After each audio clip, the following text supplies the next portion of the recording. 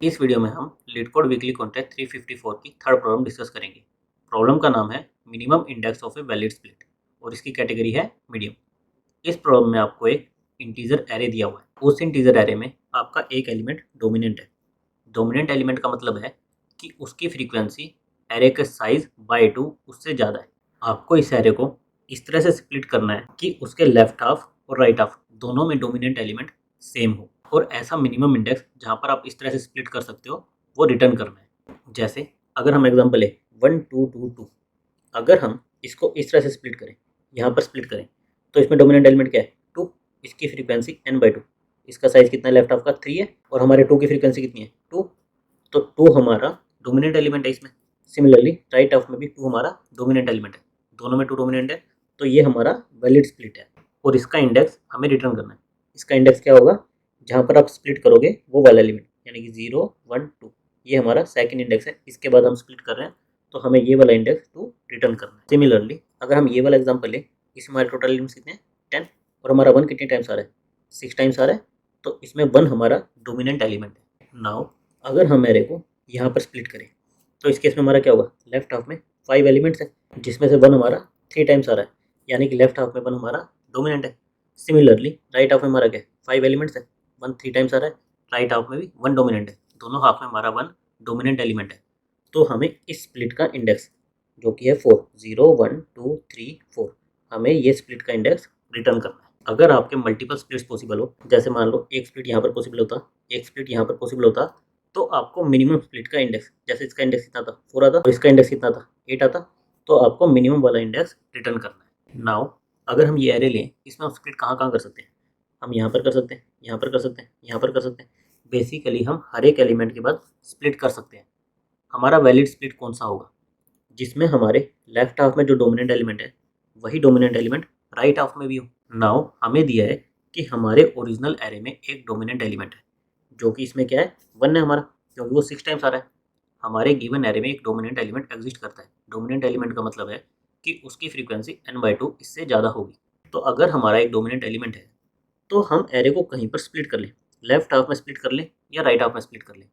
Either दोनों में dominant element अलग होगा, अगर सेम होगा तो वो हमारा ओरिजिनल डोमिनेंट एलिमेंट होगा। जो पूरे एरे का डोमिनेंट एलिमेंट है वही हो सकता है, उसके अलावा नहीं हो सकता। क्यों, क्योंकि हमारे ओरिजिनल एलिमेंट की फ्रीक्वेंसी n/2 इससे ज़्यादा है। तो अगर एक हाफ में हमारा ये एलिमेंट कम टाइम्स आ रहा है, ये डोमिनेंट एलिमेंट नहीं है, तो सेकंड हाफ में हमारा ऑब्वियसली ज़्यादा टाइम्स आएगा, सेकंड हाफ को वो डोमिनेट करेगा। तो या तो हमारे दोनों हाफ में अलग अलग डोमिनेंट एलिमेंट होंगे, यानी कि हमारा स्प्लिट वैलिड नहीं होगा, या फिर हमारे दोनों हाफ में अगर सेम डोमिनेंट एलिमेंट होंगे तो वो हमारा ओरिजिनल डोमिनेंट एलिमेंट यही हो सकता है। नाउ इस प्रॉपर्टी का हम यूज़ कैसे करें, इसके लिए आप नोट करो। अगर आप ये डोमिनेंट एलिमेंट फाइंड आउट कर पाओ, अगर आपको पता हो कि आपका डोमिनेंट एलिमेंट क्या है, जैसे हमें यहाँ पर पता है कि हमारा डोमिनेंट एलिमेंट 1 है, तो हम वैलिड स्प्लिट कैसे फाइंड आउट कर सकते हैं। हम इस डोमिनेंट एलिमेंट की फ्रीक्वेंसी स्टोर कर लें।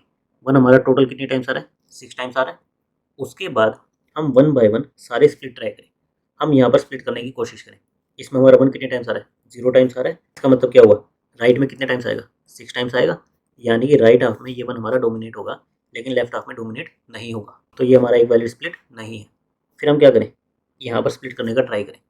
इसमें हमारा 1 कितनी बार आ रहा है, एक बार आ रहा है, यानी कि राइट हाफ में कितनी बार आएगा 5 टाइम्स आएगा। टोटल हमारा 6 टाइम्स आ रहा है। लेफ्ट हाफ में अगर 1 टाइम आ रहा है तो राइट हाफ में कितने टाइम्स आएगा 5 टाइम्स आएगा। फिर हम चेक कर लें कि क्या ये हमारा डोमिनेंट है या नहीं है। डोमिनेंट के लिए हमने कहा था कि हमारा एलिमेंट n/2 इससे ज़्यादा बार आना चाहिए, यानी कि हमारे 2 इंटू इस एलिमेंट की फ्रीक्वेंसी अभी 1 है, ये हमारी n से ज़्यादा होनी चाहिए।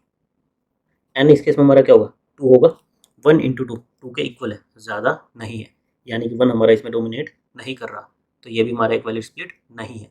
फिर हम स्प्लिट कहाँ पर ट्राई कर सकते हैं, यहाँ पर ट्राई कर सकते हैं। इस केस में हमारा क्या है 1 टाइम आ रहा है, 1 इंटू 2 हमारा क्या था 2 टाइम्स जो हमारे एलिमेंट की फ्रीक्वेंसी है वो हमारी n से ज़्यादा होना चाहिए। 2 टाइम्स 1 कितना आएगा हमारा 2 आएगा, और एरे का साइज़ क्या है 3, इससे ज़्यादा नहीं है, यानी कि इस हाफ में ये डोमिनेट नहीं कर रहा, तो ये भी एक वैलिड स्प्लिट नहीं है। फिर हम कहाँ पर ट्राई करेंगे, यहाँ पर ट्राई करेंगे।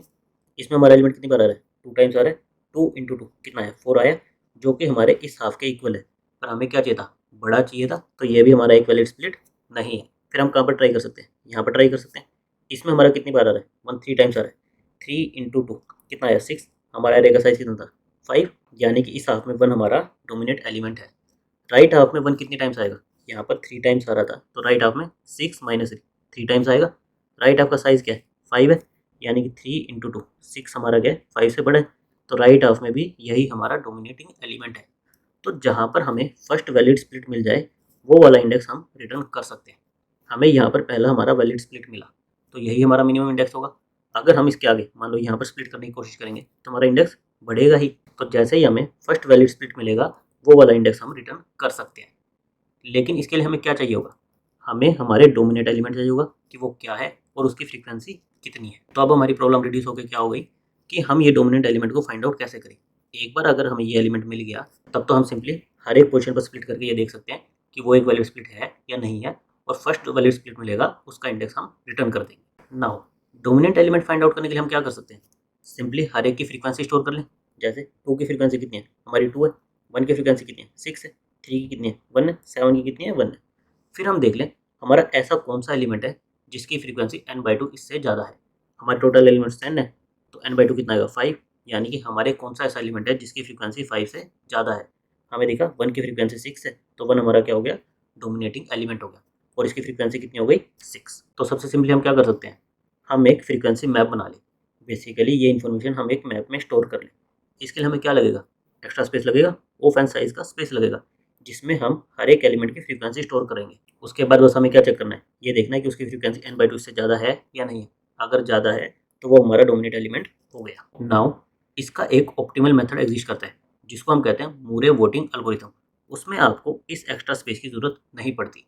अगर आपको ये दिया है कि आपका एक डोमिनेट एलिमेंट एरे में एग्जिस्ट करता है, तो आप मूरे वोटिंग एल्गोरिथम लगाकर इसको इजीली O ऑफ n में कर सकते हो, बिना किसी एक्स्ट्रा स्पेस के। तो एक बार वो एल्गोरिथम भी देख लेते हैं। इस एल्गोरिथम में आप क्या करते हो? आप हमेशा एक कैंडिडेट एलिमेंट लेकर चलते हो। आप मान के चलते हो कि ये मेरा मेजॉरिटी एलिमेंट हो सकता है, और फिर इस एल्गोरिथम को रन करना शुरू करते हो। स्टार्टिंग में आप फर्स्ट एलिमेंट इसको मान लेते हो कि ये मेरा कैंडिडेट एलिमेंट हो सकता है, यानी कि स्टार्टिंग में मेरा मेजॉरिटी एलिमेंट क्या मान लिया मैंने? 2, और इसका काउंट यानी कि फ्रीक्वेंसी कितनी है? अभी 1 है। फिर हम 1 बाय 1 नेक्स्ट एलिमेंट को ट्रैवर्स करना शुरू करते हैं। अगर नेक्स्ट एलिमेंट इस मेजॉरिटी एलिमेंट के इक्वल है, तब तो हम काउंट प्लस प्लस कर देते हैं, काउंट को एक इंक्रीमेंट कर देते हैं कि इसकी फ्रीक्वेंसी हमारी 1 बढ़ गई। लेकिन अगर ये डिफरेंट है, तो हम काउंट को माइनस माइनस कर देते हैं। ये डिफरेंट है तो हमारा काउंट क्या हो जाएगा? 0। और जैसे ही हमारा काउंट 0 होता है, हम इस मेजॉरिटी एलिमेंट को रीसेट कर देते हैं। किससे? जो एलिमेंट हमने लास्ट स्कैन किया। अब हमारा मेजॉरिटी एलिमेंट क्या हो जाएगा? 2 की जगह 1। हमने लास्ट ये एलिमेंट देखा, अब हमारा मेजॉरिटी एलिमेंट हो गया 1, और हम इसकी फ्रीक्वेंसी को कर देंगे 1। बेसिकली हम मेजॉरिटी एलिमेंट को रीइनिशियलाइज कर रहे हैं। किससे? हमारे न्यू मेजॉरिटी एलिमेंट से, और उसकी फ्रीक्वेंसी कितनी है? 1। फिर हम एरे में आगे बढ़ते हैं। हम आए 3 पर। 3 हमारा 1 के इक्वल नहीं है, हमारे मेजॉरिटी एलिमेंट के इक्वल नहीं है, तो हम फिर से फ्रीक्वेंसी को क्या करेंगे? -1, यानी कि अब हमारी फ्रीक्वेंसी क्या हो गई? 0 हो गई। जब भी 0 होगी हमें फिर से रीसेट करना है। हमारा मेजॉरिटी एलिमेंट क्या हो जाएगा? 3, और इसकी फ्रीक्वेंसी कितनी हो जाएगी? 1। फिर हम नेक्स्ट एलिमेंट को देखेंगे। 1 डिफरेंट है, तो हम फ्रीक्वेंसी को -1 कर देंगे। हमारा काउंट हो गया 0, तो अब हम फिर से मेजॉरिटी एलिमेंट को रीसेट करेंगे। हमारा मेजॉरिटी एलिमेंट हो जाएगा 1, और हमारी फ्रीक्वेंसी क्या हो जाएगी? 1। फिर हम नेक्स्ट आगे बढ़ेंगे। ये हमारा सेम है, तो हम फ्रीक्वेंसी को 1 से अपडेट कर देंगे, 1 प्लस प्लस कर देंगे। हमारी फ्रीक्वेंसी क्या हो गई? 1 + 1 2 हो गई। फिर आगे बढ़ेंगे, फिर से हमारा सेम एलिमेंट है, तो हमारी फ्रीक्वेंसी 1 और प्लस हो जाएगी, हमारी फ्रीक्वेंसी हो गई 3। फिर हमारा 7 है, यानी कि डिफरेंट एलिमेंट है, तो हमें एक माइनस करना है, काउंट में से एक सब्ट्रैक्ट कर दो, हमारी फ्रीक्वेंसी हो गई 2। फिर अगेन हमारा 1 है, तो फिर से हमारी फ्रीक्वेंसी क्या हो जाएगी? +1 हो गई ये 3। फिर 2 है, तो हमारी फ्रीक्वेंसी 1 माइनस हो जाएगी, हमारा आ गया 2। फिर से हमारा 1 है, तो हमारी फ्रीक्वेंसी 1 प्लस हो गई, हमारा आ गया 3। अब हम एरे के बाहर चले गए। इस पॉइंट पर जो हमारे मेजॉरिटी एलिमेंट में स्टोर होगा, वो हमारा मेजॉरिटी एलिमेंट आ जाएगा। हमारा क्या स्टोर है? 1, तो ये हमारा मेजॉरिटी एलिमेंट आ गया। और अब अगर हमें इसकी फ्रीक्वेंसी निकालनी हो, तो हम सिंपली एक लूप रन कर सकते हैं। हम चेक कर सकते हैं कि हमारा 1 कितनी बार आ रहा है। ये 1 के इक्वल नहीं है, तो 1 अभी तक नहीं आया। ये इक्वल है, यानी कि हमारा 1 एक बार आ गया, यहाँ पर 2 टाइम्स, यहाँ पर 3, फिर 4, फिर 5, फिर 6। हम सिंपली एक और लूप लगाकर इसकी फ्रीक्वेंसी भी फाइंड आउट कर सकते हैं। तो मूरेज वोटिंग एल्गोरिथम में हम क्या करते हैं? हम एक कैंडिडेट मेजॉरिटी एलिमेंट लेकर चलते हैं। हम बोलते हैं कि ये हमारा मेजॉरिटी एलिमेंट है, फिर नेक्स्ट एलिमेंट से कंपेयर करते हैं। अगर ये हमारा सेम है, तो हम फ्रीक्वेंसी को 1 प्लस प्लस कर देते हैं। अगर डिफरेंट है, तो माइनस माइनस कर देते हैं। जब जब हमारी फ्रीक्वेंसी 0 के इक्वल होती है, हम हमारे मेजॉरिटी एलिमेंट को रीसेट कर देते हैं। और इस प्रोसेस को रिपीट करने के बाद लास्ट में जो हमारा एलिमेंट मेजॉरिटी एलिमेंट में बचता है, वो हम कह देते हैं कि इसका मेजॉरिटी एलिमेंट है। नाउ ये एल्गोरिथम वर्क क्यों करता है? ये पूरा पूरा इस पर वर्क करता है कि आपके मेजॉरिटी एलिमेंट की फ्रीक्वेंसी n/2 इससे ज़्यादा होगी, यानी कि जो भी आप प्लस प्लस कर रहे हो वो हमेशा डोमिनेट करेगा। आपका माइनस माइनस n/2 से कम होगा, यानी कि आपका मेजॉरिटी एलिमेंट हमेशा लीड करेगा। लास्ट में आपका मेजॉरिटी एलिमेंट प्लस प्लस होके ज़्यादा टाइम्स आएगा और लास्ट में वही इस मेजॉरिटी एलिमेंट में स्टोर होगा। आप इसको कुछ अपने एग्जांपल लेकर ड्राई रन करके देख सकते हो। आप एग्जांपल कैसे ले सकते हो? जैसे आप स्टार्टिंग में ज़्यादा एलिमेंट ले लो, 1 1 1 2, इसमें देखो कि 1 आएगा आपका मेजॉरिटी एलिमेंट या नहीं आएगा।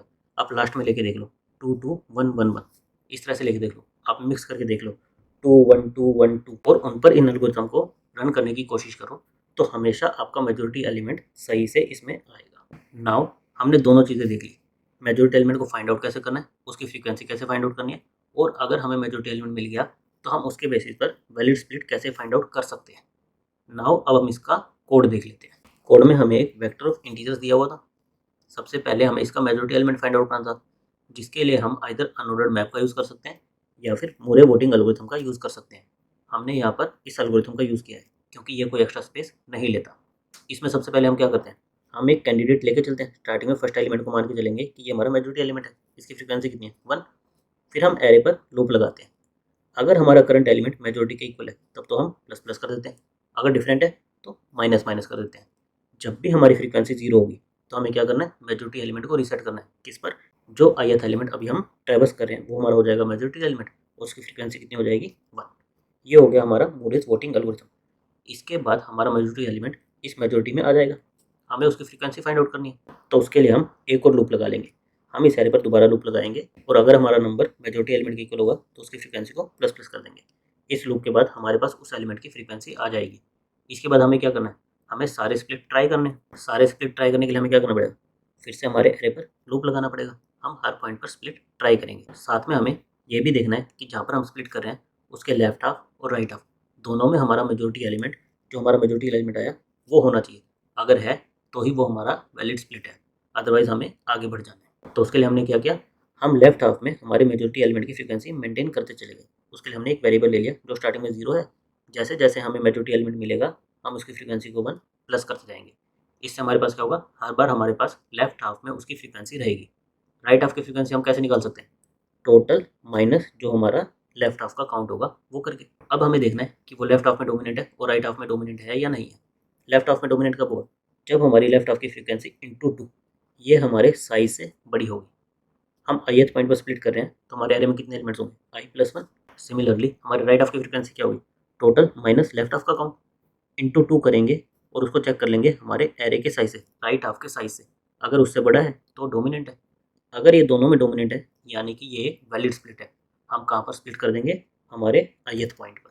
और अगर इस पूरे लूप के बाद भी हमें कोई वैलिड स्प्लिट नहीं मिला, इसका मतलब हम इसको इस तरह से डिवाइड नहीं कर सकते। उस केस में हमें क्या रिटर्न करना है, -1। इसकी हमारी टाइम कॉम्प्लेक्सिटी क्या होगी, पहले हमने एक n साइज का लूप लगाया हमारे मूरे वोटिंग एल्गोरिथम के लिए, फिर n साइज का लूप लगाया फ्रीक्वेंसी कैलकुलेट करने के लिए, फिर n साइज का लूप लगाया हमारे स्प्लिट्स के लिए। तो टोटल हमारी टाइम कॉम्प्लेक्सिटी क्या आ जाएगी, 3n, यानी कि O ऑफ n। और स्पेस कॉम्प्लेक्सिटी क्या आएगी, हमने कहीं पर भी कुछ एक्स्ट्रा स्पेस का यूज़ नहीं किया, तो हमारी स्पेस कॉम्प्लेक्सिटी क्या आ जाएगी, O of 1। Thank you guys.